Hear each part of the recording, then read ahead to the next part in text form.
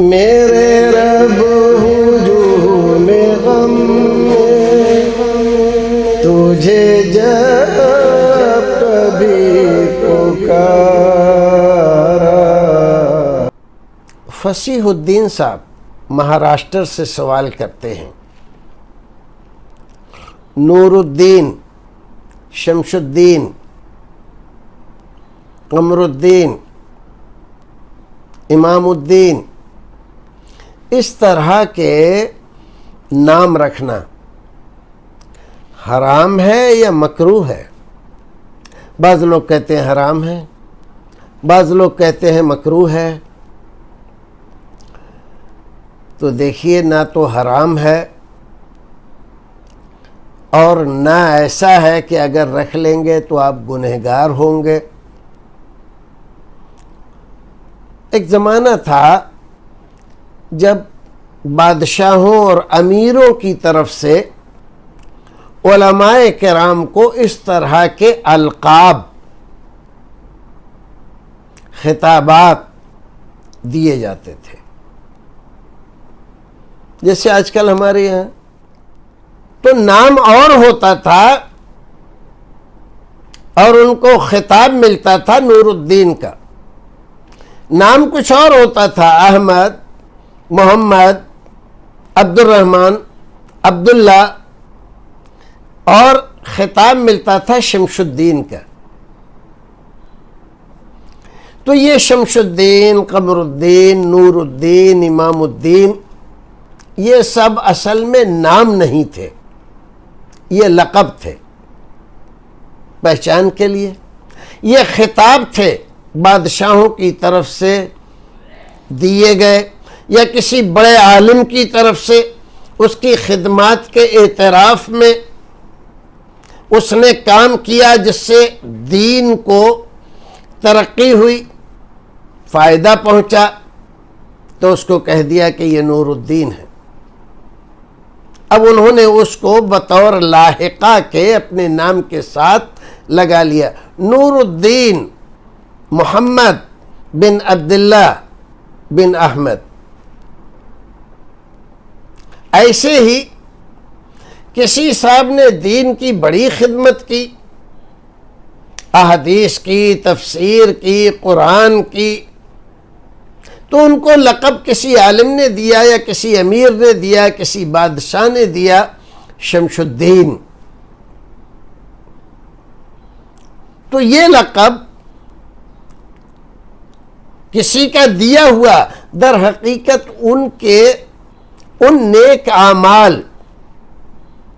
اور ان خدمات کے اعتراف میں تھا جو انہوں نے انجام دی۔ بعد میں بادشاہ ختم ہو گئے، خلافت ختم ہو گئی، عمارت کی شکل بدل گئی، جاہل لوگ امیر بن بیٹھے، علاقوں کے سلطان بن بیٹھے، پڑھے نہ لکھے، نام محمد فاضل۔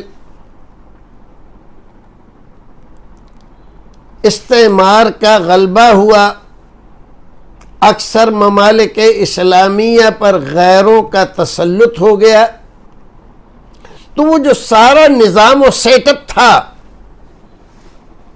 وہ سب بدل گیا۔ اس کی وجہ سے اب ہمارے یہاں رواج ہو گیا،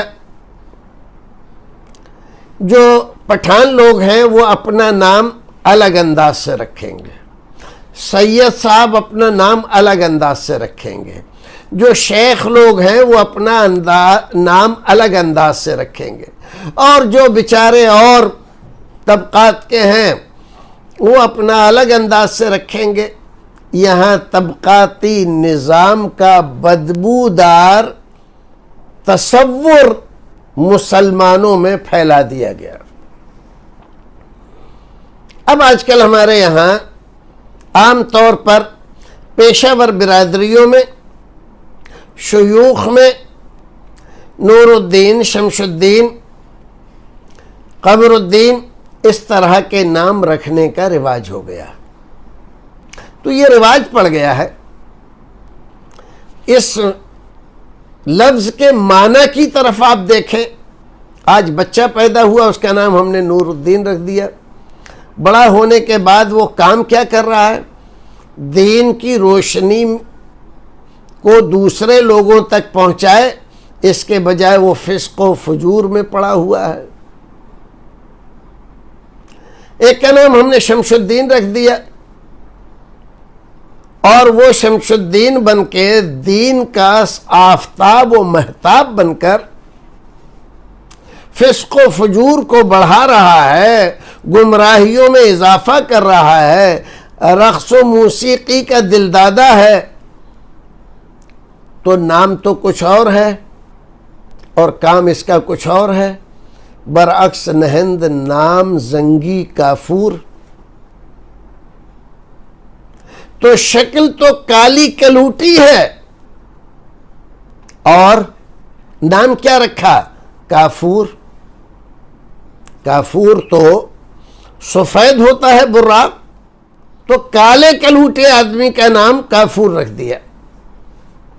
ایسے ہی دین بیزار، دین کو نقصان پہنچانے والے آدمی کا نام امام الدین رکھ دیا.